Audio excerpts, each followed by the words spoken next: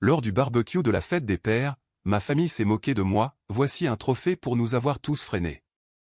J'ai simplement souri et fait mes valises.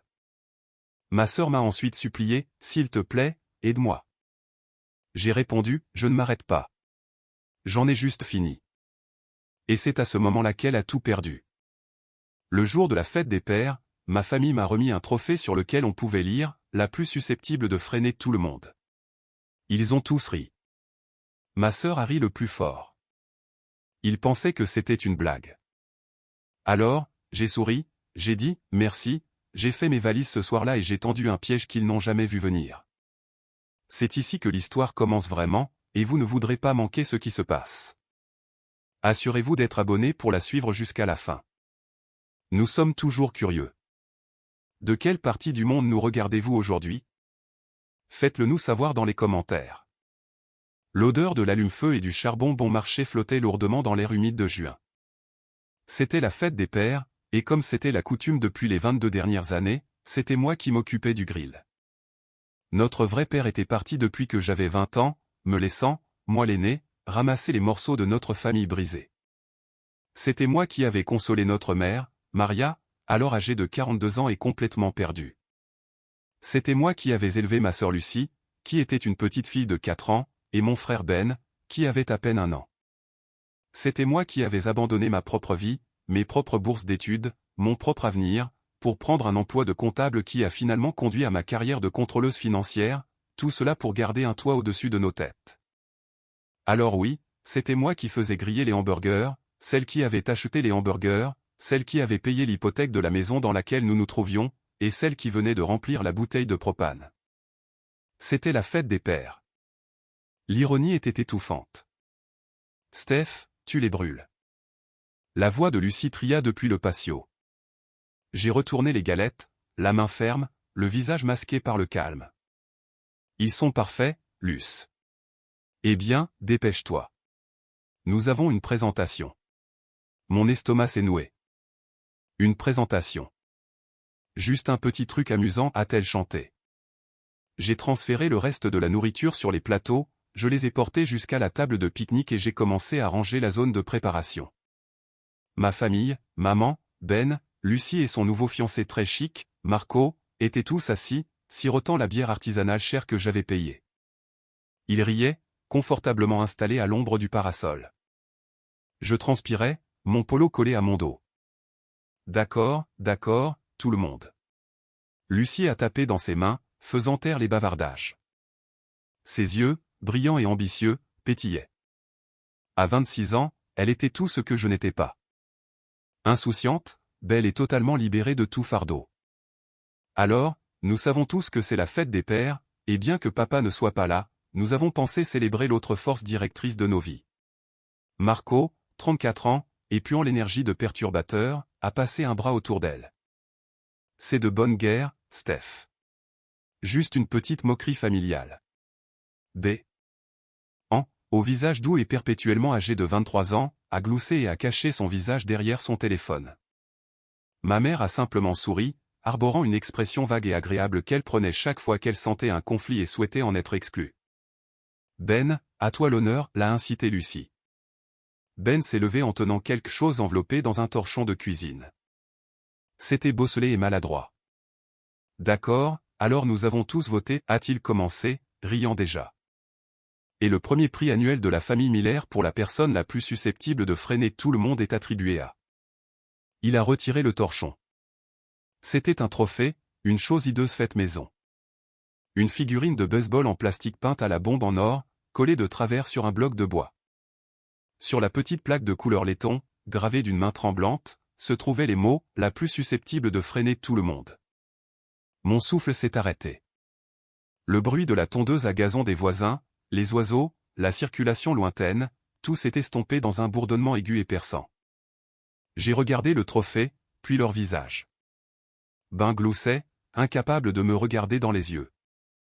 Ma mère souriait, de ce même sourire placide et sans engagement. Marco souriait d'un air suffisant, les yeux froids et triomphants. Et Lucie riait. Ce n'était pas un petit rire discret. C'était un rire fort, chaleureux, sans retenue. La tête rejetée en arrière, la main agrippée au bras de Marco. C'était le rire de quelqu'un qui venait de sortir la blague parfaite.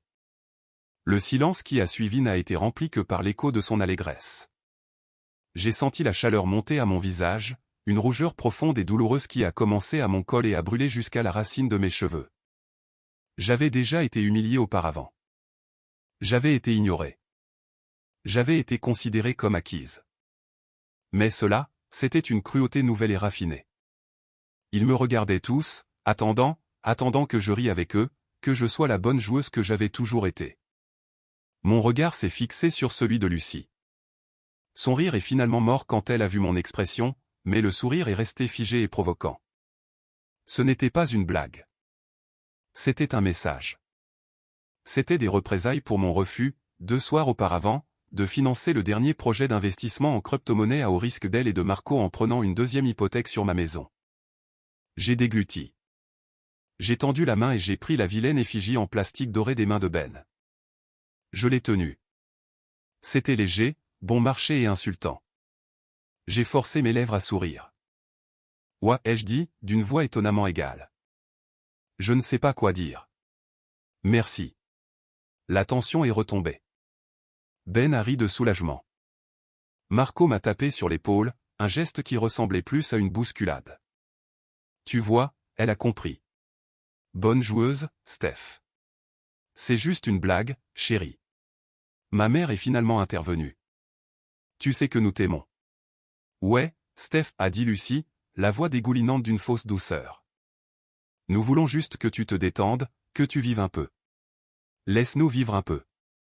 Je le ferai, ai-je dit, en souriant toujours. Je garderai cela à l'esprit. J'ai posé le trophée sur la table à côté de la salade de pommes de terre.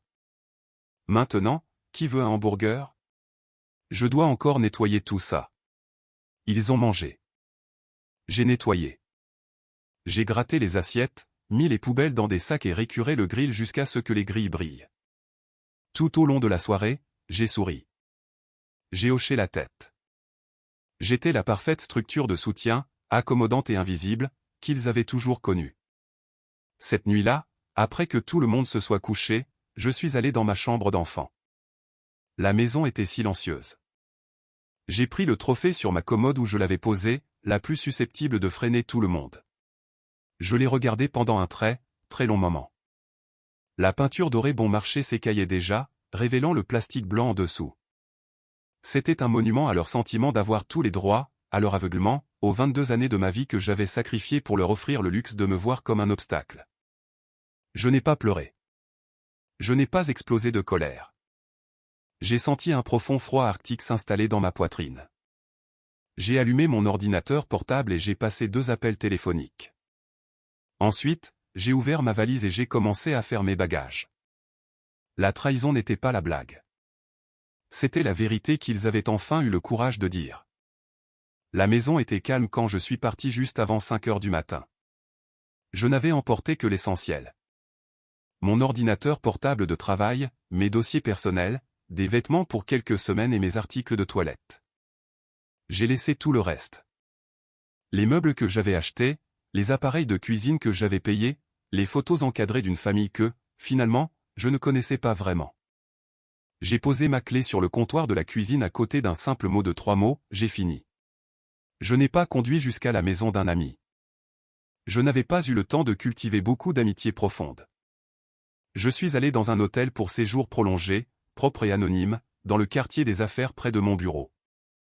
Je me suis enregistré, j'ai défait mon petit sac et je me suis assis sur le lit ferme et inconnu alors que le soleil commençait à se lever, tachant l'horizon inconnu de nuances de gris et de violet. Pour la première fois de ma vie d'adulte, la seule personne dont j'étais responsable, c'était moi-même. Le sentiment était terrifiant, et il était pur. J'ai passé les 48 heures suivantes dans un état d'animation suspendu. J'ai informé mon patron que je devais prendre un congé personnel, invoquant une urgence familiale. Une autre ironie. Et ma demande a été instantanément approuvée. J'étais une employée modèle, la personne la plus fiable de l'entreprise. Bien sûr, je pouvais avoir du temps libre. J'ai dormi. J'ai commandé le service des tâches. J'ai regardé des films dont je ne me souvenais pas. J'attendais. Le silence était un baume. Mais je savais qu'il était temporaire.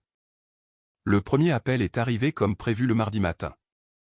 Ce n'était pas ma mère qui se tordait les mains d'inquiétude. Ce n'était pas Ben qui ressentait un pincement de culpabilité. C'était Lucie. Et elle n'était pas inquiète. Elle était furieuse. J'ai regardé le nom de Lucie sur l'identification de l'appelant pendant un long moment avant de répondre. « Allô, Stéphanie.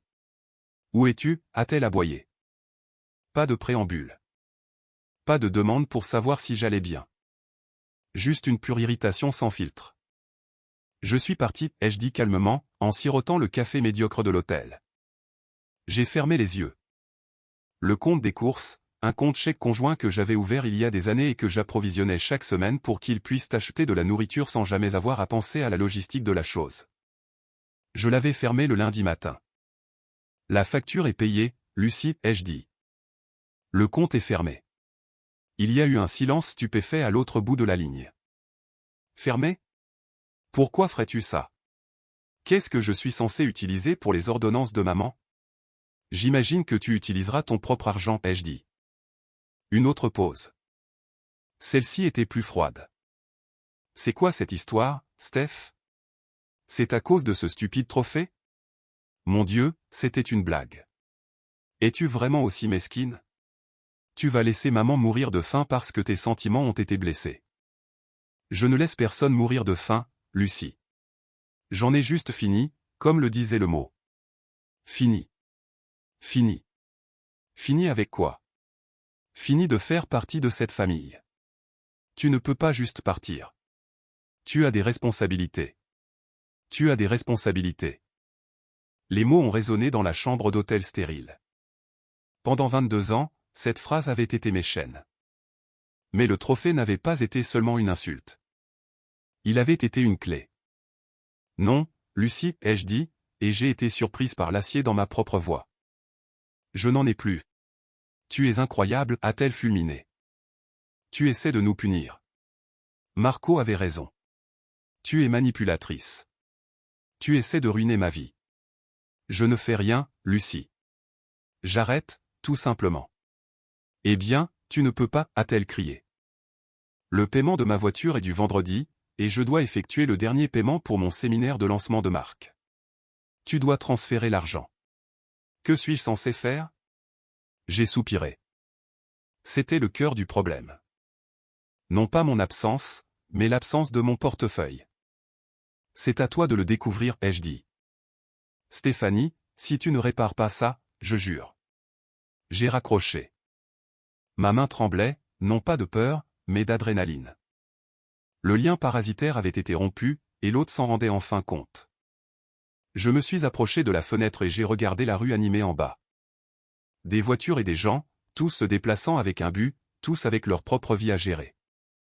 J'avais été un fantôme dans la mienne, et je me matérialisais enfin.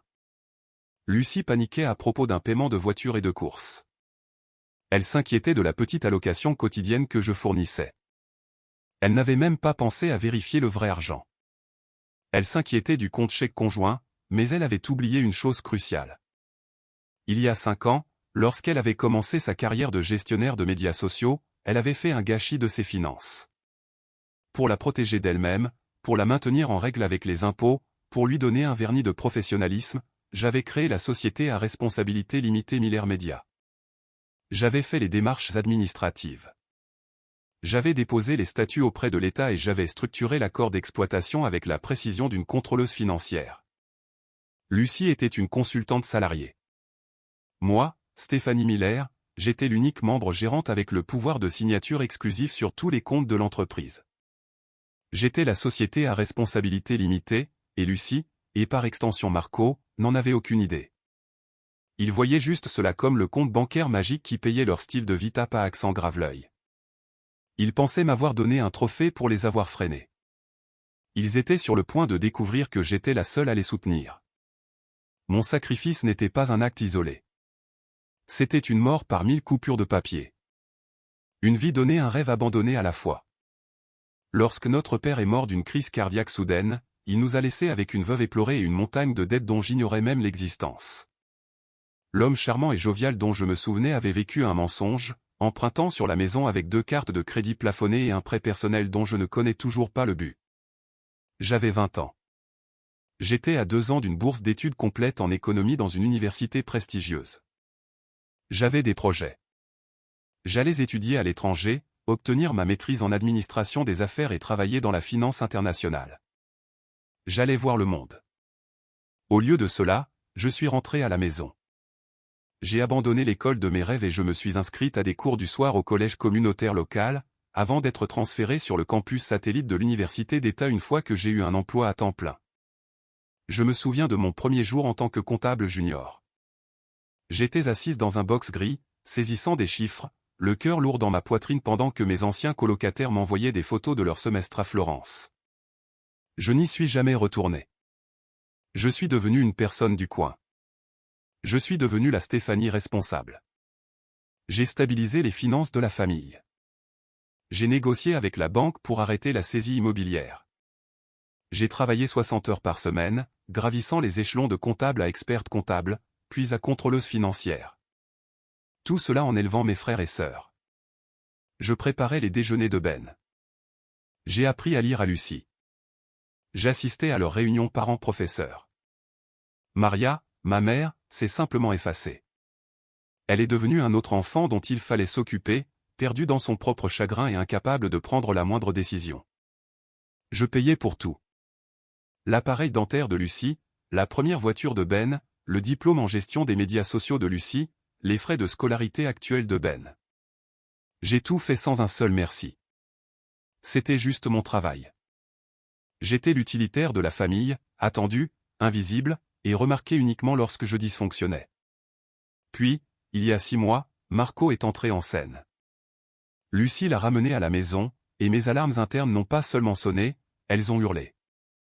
Il avait 34 ans, mais il s'habillait comme un jeune de 22 ans qui venait de découvrir une carte de crédit. Il portait des baskets de créateur trop voyantes, une montre qui était presque vraie, et un nuage accablant d'eau de Cologne. Sa profession, avait-il annoncé, était investisseur en crypto-monnaie et trader intrajournalier. Il n'utilisait que des mots à la mode. Il s'agit de finances décentralisées, Steph, m'avait-il dit, d'un ton profondément condescendant, après avoir appris que j'étais une contrôleuse financière traditionnelle. C'est l'avenir. Il faut être agile. Il faut perturber le marché. Ce que je voyais, c'était un homme sans revenu vérifiable, avec une voiture de luxe en location qu'il ne pouvait pas s'offrir, et un regard désespéré et affamé. Il ne s'intéressait pas à Lucie. Il s'intéressait à son style de vie. Un style de vie dont il ne réalisait pas qu'il était entièrement financé par moi. Son attention s'est déplacée vers moi au moment où il a compris que c'était moi qui signais les chèques. Son charme était huileux et transparent. Il complimentait ma prudence, ma stabilité, mais ses questions étaient toujours orientées. Cette maison est incroyable, Maria, avait-il dit à ma mère, sachant très bien que c'était moi qui payais les factures. Un actif entièrement payé comme celui-ci sur ce marché, vous êtes assise sur une mine d'or. Je l'ai vu pour exactement ce qu'il était, un prédateur qui avait confondu un sanctuaire bien géré avec une cible grosse et paresseuse. L'incident du trophée, je le savais, était le résultat direct de la dispute que nous avions eue 2 soirs avant le barbecue. Lucie et Marco m'avaient coincé dans la cuisine après le dîner. Steph, avait commencé Lucie, la voix vibrante d'une excitation étudiée. Marco et moi avons l'opportunité la plus incroyable. C'est le lancement de ma marque, ma vraie marque officielle. Marco avait pris le relais, plaçant un prospectus fin et tape à accent grave l'œil sur le comptoir. Nous avons trouvé un nouveau jeton en pré-lancement. Il est prêt à perturber tout le marché des jetons non fongibles, mais pour entrer au rez-de-chaussée, nous avons besoin de 75 000 € de liquidité. Rapidement. Je l'avais regardé. Un nouveau jeton. Donc, un actif spéculatif non réglementé et non assuré. C'est révolutionnaire, Stéphanie, avait-il répliqué sèchement, son masque tombant. Et qu'est-ce que cela a à voir avec la marque de Lucie? Le profit, Steph, était intervenu Lucie. Marco pense qu'il peut le tripler en un mois.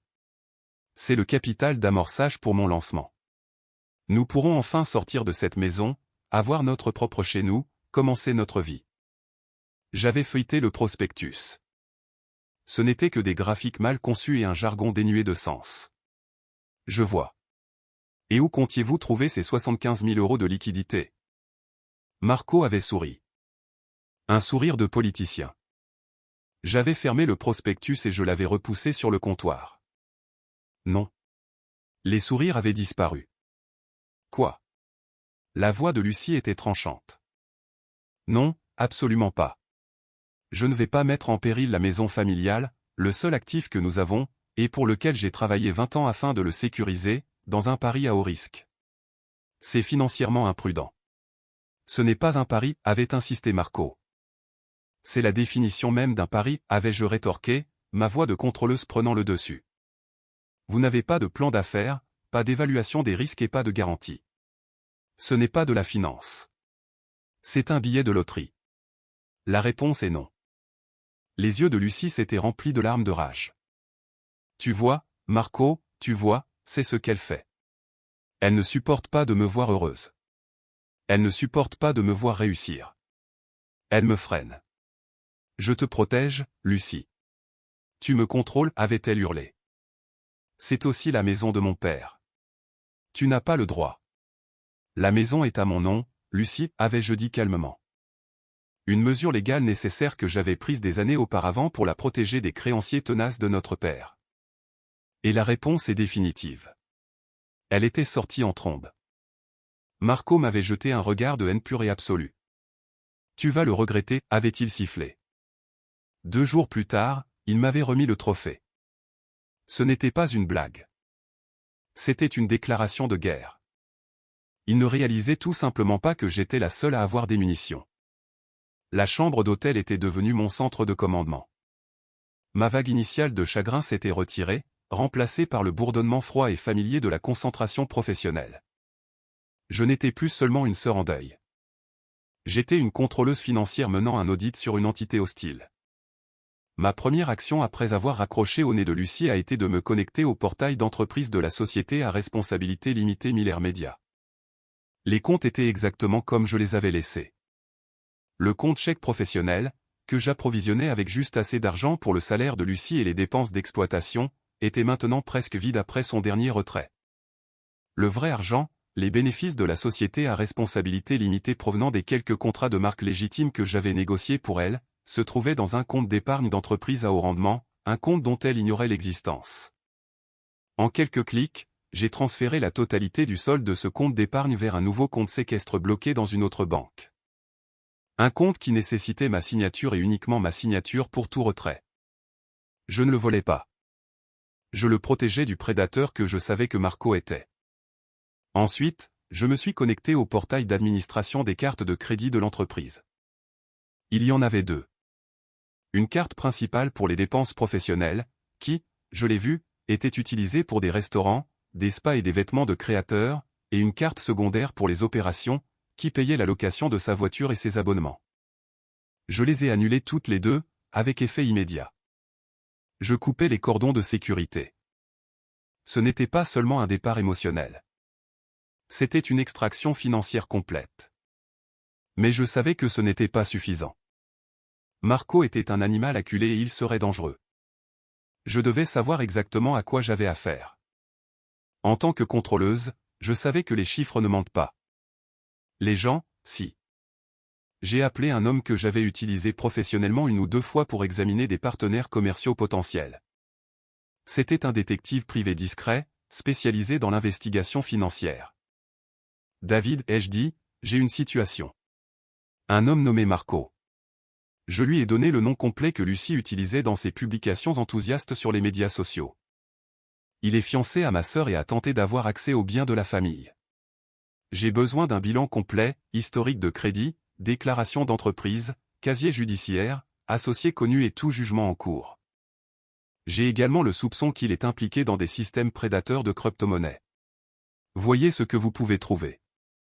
Considérez que c'est fait, Stéphanie, a-t-il répondu. Je vous tiens au courant. Pendant la semaine qui a suivi, j'ai vécu dans un étrange vide. Je suis allé à mon bureau, j'ai vidé mon bureau et j'ai officiellement transféré mes projets à un collègue, disant à mon patron que je prenais un congé sabbatique complet de 4 semaines. Il a été d'un grand soutien bien que confus. Tout ce dont vous avez besoin, Steph, vous l'avez mérité. Les appels de ma famille étaient incessants.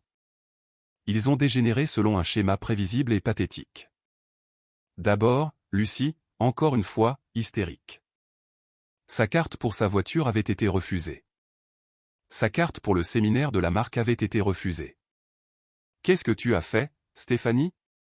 Tu détruis mon avenir. Puis Ben, maladroit et coupable. Et, Steph. Maman est vraiment contrariée et le paiement de mes frais de scolarité est dû la semaine prochaine.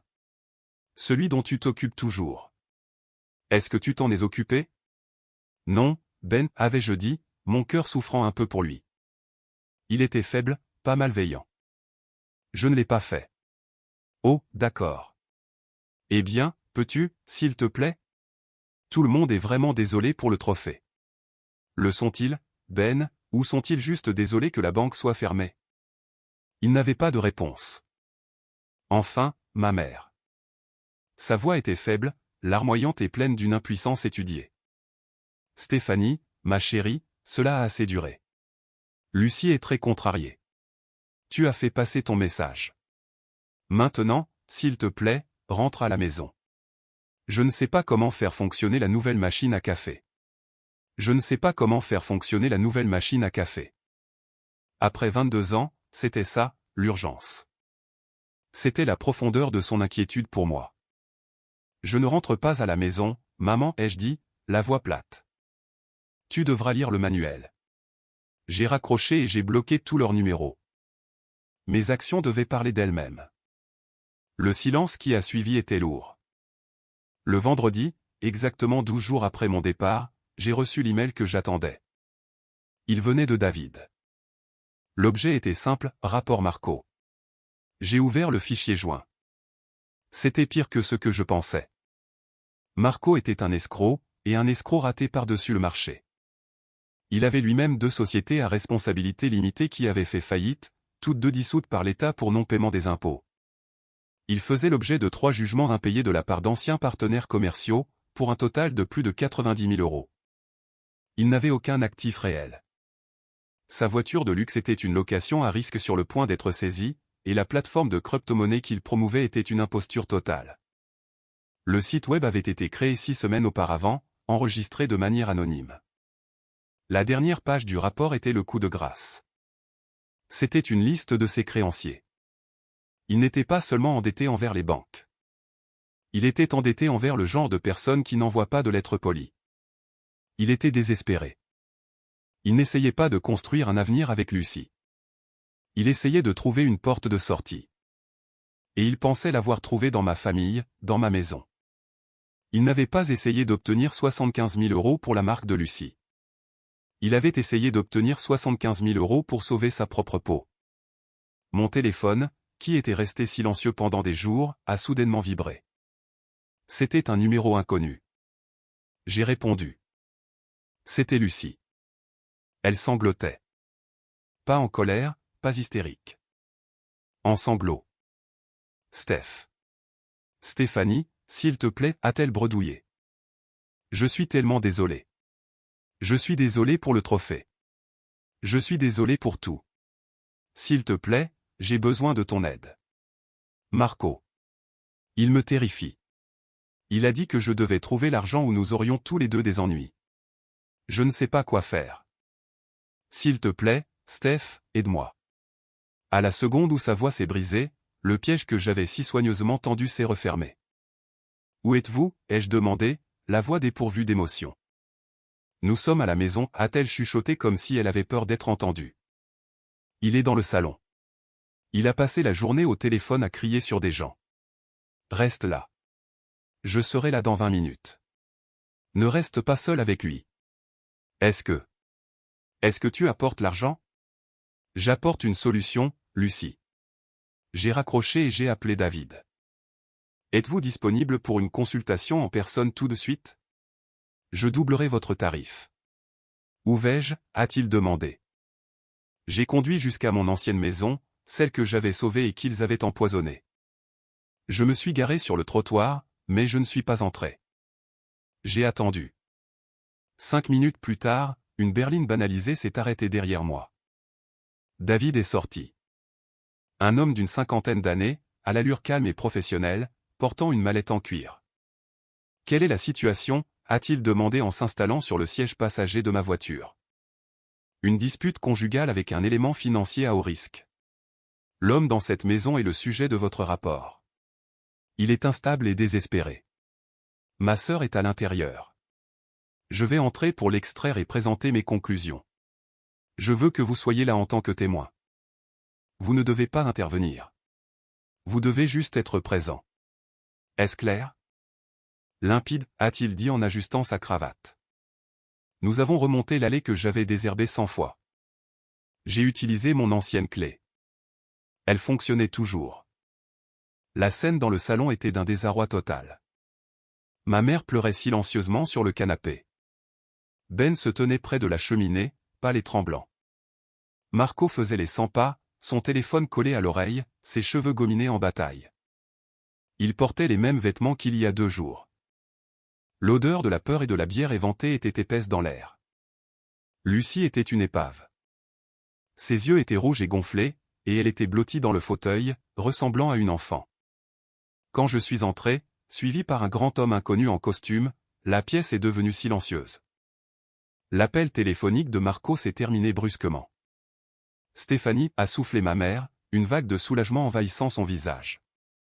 Dieu merci. Dis à Lucie d'arranger ça. Marco est très contrarié.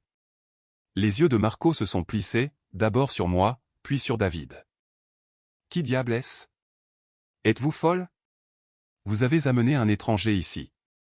C'est mon associé, David, ai-je dit calmement. Il est ici pour observer. Steph. Lucie a couru vers moi, m'attrapant le bras. L'as-tu fait ? As-tu dégelé les comptes ? Marco dit qu'il peut tout réparer. Nous avons juste besoin des liquidités.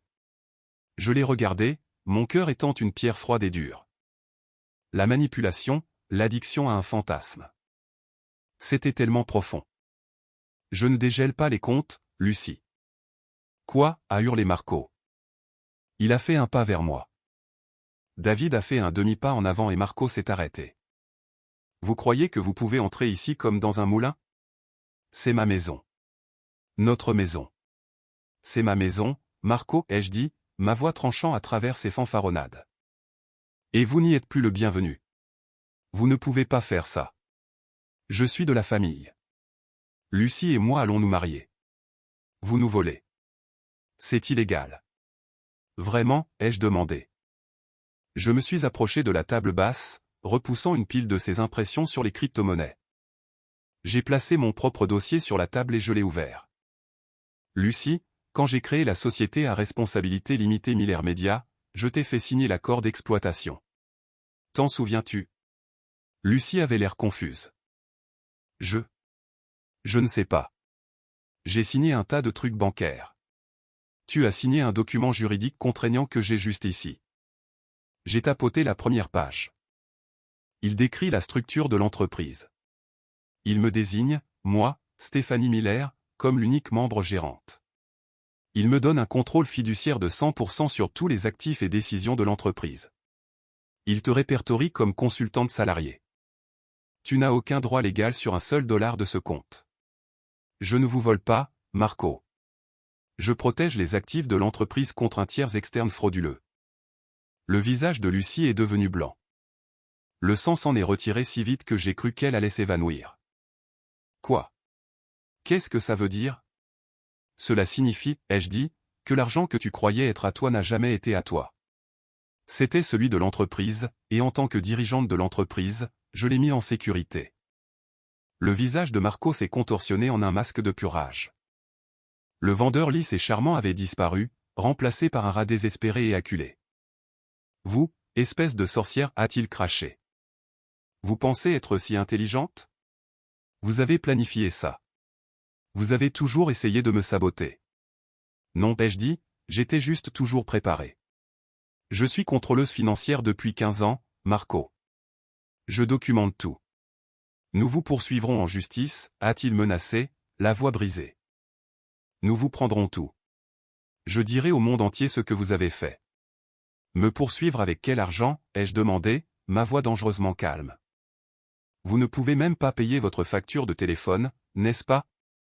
Ou est-ce le paiement de la location de votre voiture qui est en retard? Ou peut-être sont-ce les 92 400 € que vous devez en jugement impayés à vos 3 derniers partenaires commerciaux? Le silence dans la pièce était absolu. Lucie m'a regardé, la bouche ouverte, les yeux écarquillés par une horreur naissante et écœurante. Ben avait l'air de vouloir vomir. Marco s'est figé. Tu penses que je te freine, Lucie, ai-je dit, ma voix se brisant enfin sous le poids de 22 années. Je suis la seule chose dans ta vie qui t'ait jamais fait avancer. Tu ne pouvais tout simplement pas le voir. Tu as amené ce vautour dans notre maison et il allait la réduire en cendres. Tout ça parce que j'ai dit non à un mauvais investissement. Il a menti, a murmuré Lucie en regardant Marco. Steph, quel jugement? Je vais te montrer, ai-je dit. Le désespoir de Marco était une chose palpable et laide. Elle ment. Ce ne sont que des mensonges. Elle déforme les choses. Lucie, bébé, tu sais comment elle est. C'est juste une comptable amère qui ne supporte pas de nous voir gagner. Il essayait de relancer le récit, de me présenter comme la méchante une dernière fois. Mais les fondations s'effondraient. Sa voix était trop aiguë, ses yeux trop fuyants. Vraiment, Marco, ai-je demandé. Je me suis tourné vers le deuxième document de mon dossier. Alors peut-être pourrez-vous expliquer ceci. Je ne l'ai pas tendu à Lucie, qui était toujours sous le choc. Je l'ai tendu à Ben. Ben, lis les noms sur cette liste à voix haute. Ben a pris le papier, les mains tremblantes. C'est un document légal, un jugement. Apex Capital contre Marco, il a lu le nom complet, pour 35 000 €. Je lui ai tendu le suivant. Et ça? Acme Investissement, 22 000 €. Et ça? Un procès civil, rupture de contrat, 35 400 €. Avec chaque papier, la couleur se retirait un peu plus des visages de ma famille. Ma mère, pour la première fois de sa vie, avait l'air vraiment et profondément terrifiée. Elle avait enfin réalisé que c'était un problème qu'elle ne pouvait pas ignorer, un problème que je ne serais peut-être pas disposé à régler. Ce sont tous des mensonges, a crié Marco en se jetant sur les papiers. David s'est interposé devant Ben, un mur solide et immobile. Ce sont des documents publics, Marco, ai-je dit, ma voix aussi froide et dure qu'un diamant. David, ici présent, est un enquêteur financier. Il les a trouvés en environ 1 heure. Vous n'êtes pas un génie de la crypto-monnaie. Vous êtes un fraudeur en série. Vous êtes fauché. Vous êtes poursuivi en justice. Et vous êtes lourdement endetté. J'ai tourné toute mon attention vers ma sœur. Elle était recroquevillée sur le sol, ses illusions se brisant autour d'elle comme du verre brisé. Il n'essaie pas de construire ta marque, Lucie. Il essaie de rembourser ses usuriers. Il avait besoin de ses 75 000 € pour se sauver, pas pour investir pour toi. Non, non. Lucie se balançait d'avant en arrière, se tenant la tête. Il m'aime. Il ne ferait pas ça. Elle le défendait encore. Après tout ça, une partie d'elle s'accrochait encore au fantasme. J'avais espéré que cela suffirait. Mais je voyais maintenant que l'infection était plus profonde que je ne le pensais. J'avais une dernière preuve, celle que j'avais gardée, celle qui ferait le plus mal. Il t'aime, Lucie. T'aimais-il quand il a pris les 10 000 € que tu lui as donnés pour la compte du lieu de votre mariage? La tête de Lucie s'est relevée brusquement. Quoi? Qu'est-ce qu'il y a avec ça? Les 10 000 € qui provenaient du compte de la société à responsabilité limitée, celui que j'ai approvisionné. J'ai sorti le dernier document de mon dossier. C'était un relevé bancaire avec le virement bancaire surligné. Et à côté, une copie imprimée d'un email. J'ai appelé le lieu, Lucie. Ils n'ont jamais reçu ton acompte. Ils n'ont aucune trace de ton mariage. Mais j'ai une trace bancaire. Et David a un rapport de la plateforme d'échange de crypto-monnaies. L'argent a été viré de la société à responsabilité limitée vers le compte personnel de Marco, puis immédiatement transféré vers un portefeuille de crypto-monnaies pour couvrir un appel de marge. Un appel qu'il a perdu.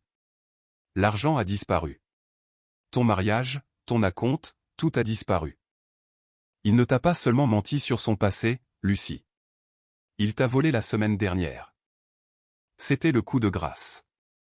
C'était le coup qui a finalement brisé le sort. Le son que Lucie a émis n'était pas un cri.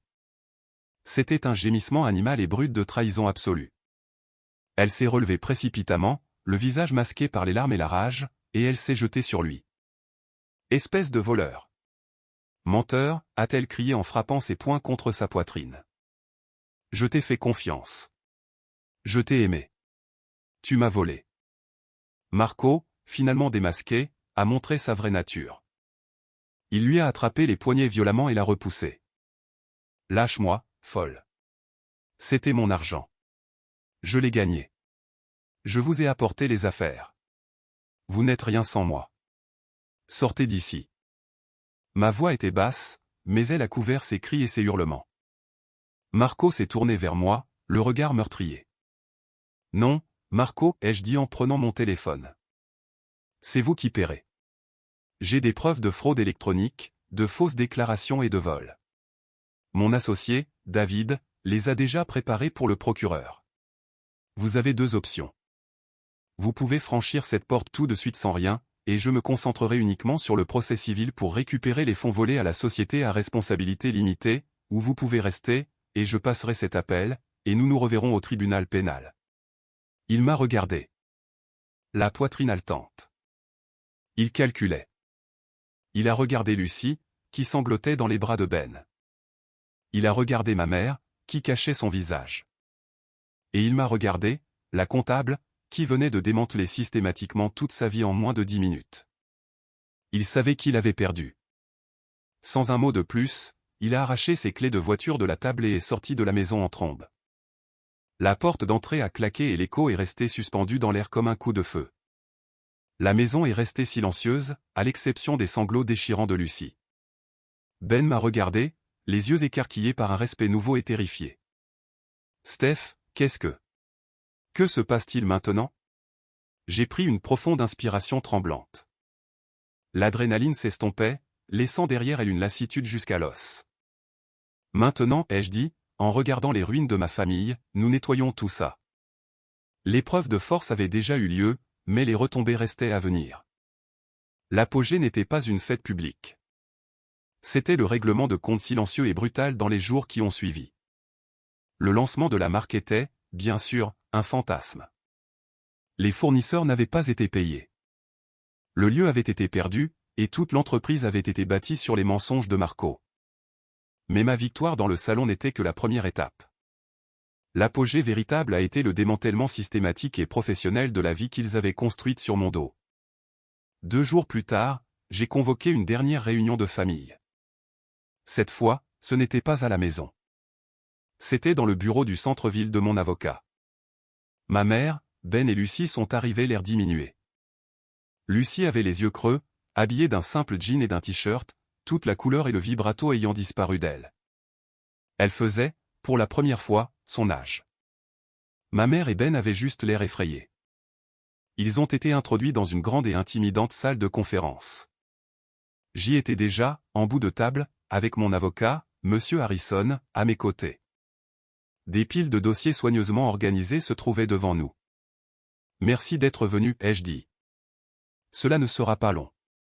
Je voulais formaliser les prochaines étapes afin qu'il n'y ait aucun malentendu. » Monsieur Harrison s'est éclairci la gorge. Madame Miller a engagé notre cabinet pour gérer la dissolution de 2 actifs clés, la société à responsabilité limitée Miller Media et la maison familiale sur la rue Elm. Ma mère a haleté. La maison, Stéphanie. Non, tu ne peux pas. Je le peux, maman, ai-je dit. Et je le fais. La maison m'appartient légalement, et le coût émotionnel pour la garder est trop élevé. Elle sera mise sur le marché la semaine prochaine. Où allons-nous vivre ? A-t-elle murmuré, la voix tremblante. C'est, ai-je dit, ce dont nous sommes ici pour discuter. Monsieur Harrison a fait glisser un dossier vers Lucie. Tout d'abord, la société à responsabilité limitée. Après un audit complet et la comptabilisation des fonds volés par Monsieur Gallo, que nous poursuivons agressivement au tribunal civil, la société à responsabilité limitée a une valeur d'actifs nette restante. Conformément aux instructions de Madame Miller, la société à responsabilité limitée est dissoute. Ses dettes sont payées. Une petite partie des fonds restants vous sera versée, Lucie. Il a fait glisser un chèque sur la table. Il était de 5 000 €. C'est tout? La voix de Lucie était à peine audible. Après 5 ans, c'est tout? C'est ce qui reste après les dépenses de lancement de ta marque, la location de ta voiture et l'argent que Marco a volé, ai-je dit d'un ton neutre. Considère cela comme une indemnité de départ. C'est plus que ce à quoi tu as légalement droit. C'est un nouveau départ. Ce que tu en fais ne regarde que toi. Lucie s'est contentée de regarder le chèque, sa première véritable somme d'argent gagnée dans le désespoir. Monsieur Harrison a poursuivi, en ce qui concerne le produit de la vente de la maison, il a fait glisser un document épais vers ma mère, Madame Miller m'a chargé de créer une fiducie irrévocable à votre seul bénéfice, Maria. L'intégralité du produit sera placée dans cette fiducie, gérée par un fiduciaire tiers neutre, pour payer votre logement et vos soins médicaux pour le reste de votre vie. Ma mère m'a regardé, confuse. Une fiducie?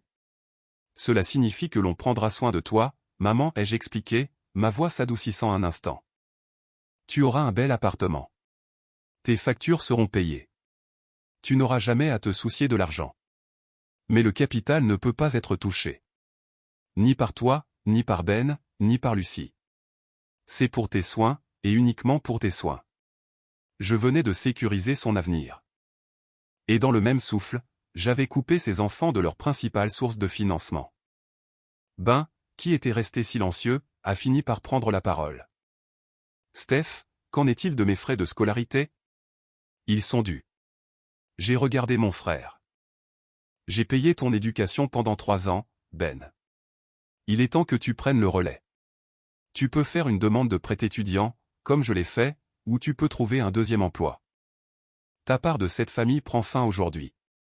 Ben a baissé les yeux, son visage rougissant de la honte d'un enfant à qui l'on dit enfin non. C'était l'apogée. Pas une bagarre publique, mais une exécution légale, silencieuse et stérile.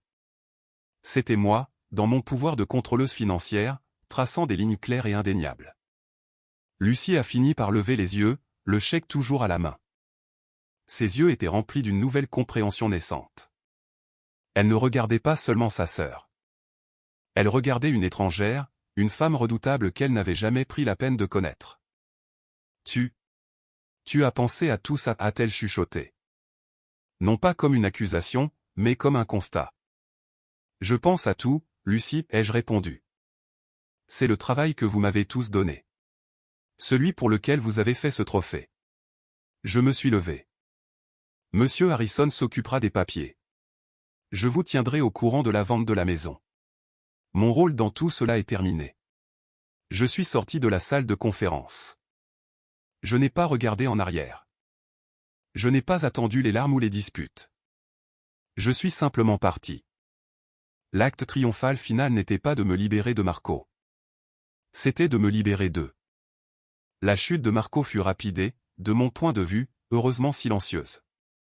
Face à un procès civil méticuleusement documenté pour fraude et vol, et avec la menace claire de poursuite pénale pour fraude électronique, il a disparu. Sa société de location a saisi la voiture. Ses créanciers, sans aucun doute, étaient loin d'être ravis. C'était un fantôme, disparu de nos vies aussi vite qu'il y était apparu, ne laissant dans son sillage que des ruines financières. Mes avocats m'ont assuré qu'ils poursuivraient le jugement, mais je savais qu'en réalité, l'argent était perdu. Le prix de la leçon. La maison s'est vendue dans un état moins imparfait que dans mes souvenirs. Le marché était élevé, et mon acompte des années auparavant avait été substantiel. Le produit de la vente a été suffisant pour financer généreusement la fiducie de ma mère. Elle a été installée dans un bel appartement de 2 chambres avec service d'assistance, un endroit où elle avait de la compagnie et aucune responsabilité. Elle était, en vérité, plus heureuse et plus en sécurité qu'elle ne l'avait été depuis des années. Ben, forcé de voler de ses propres ailes, a connu des débuts difficiles.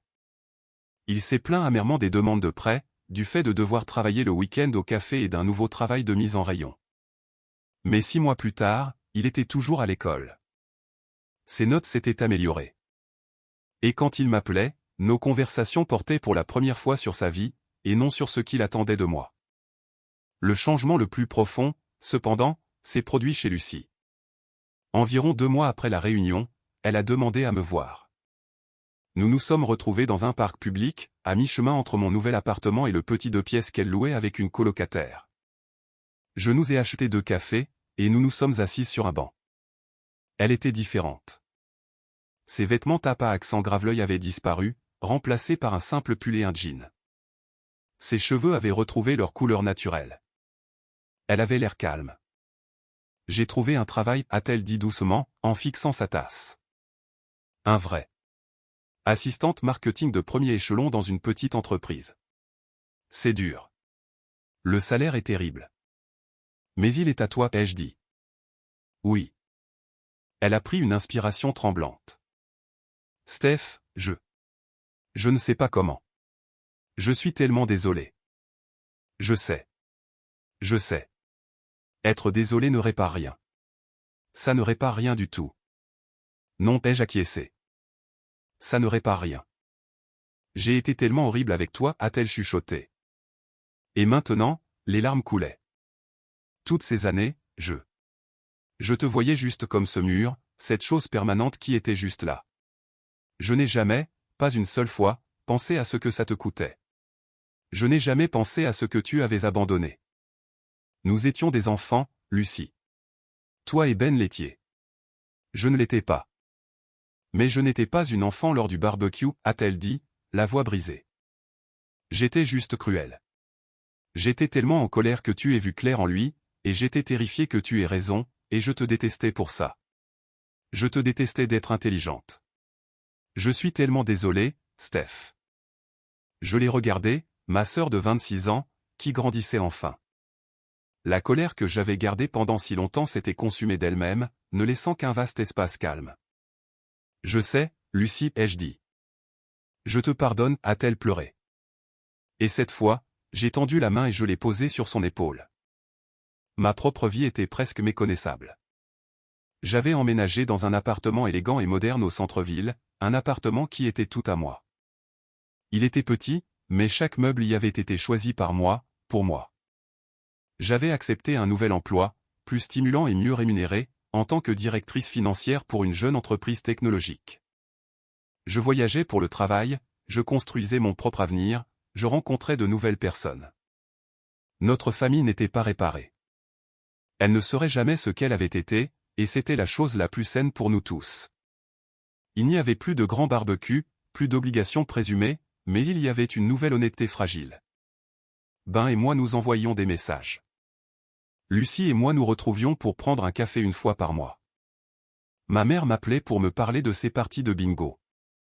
Un soir, je déballais le dernier carton de mes fournitures de bureau. Au fond, enveloppé dans du papier journal, se trouvait le trophée Bon Marché peint en or. Je l'avais, pour une raison quelconque, gardé, la plus susceptible de freiner tout le monde.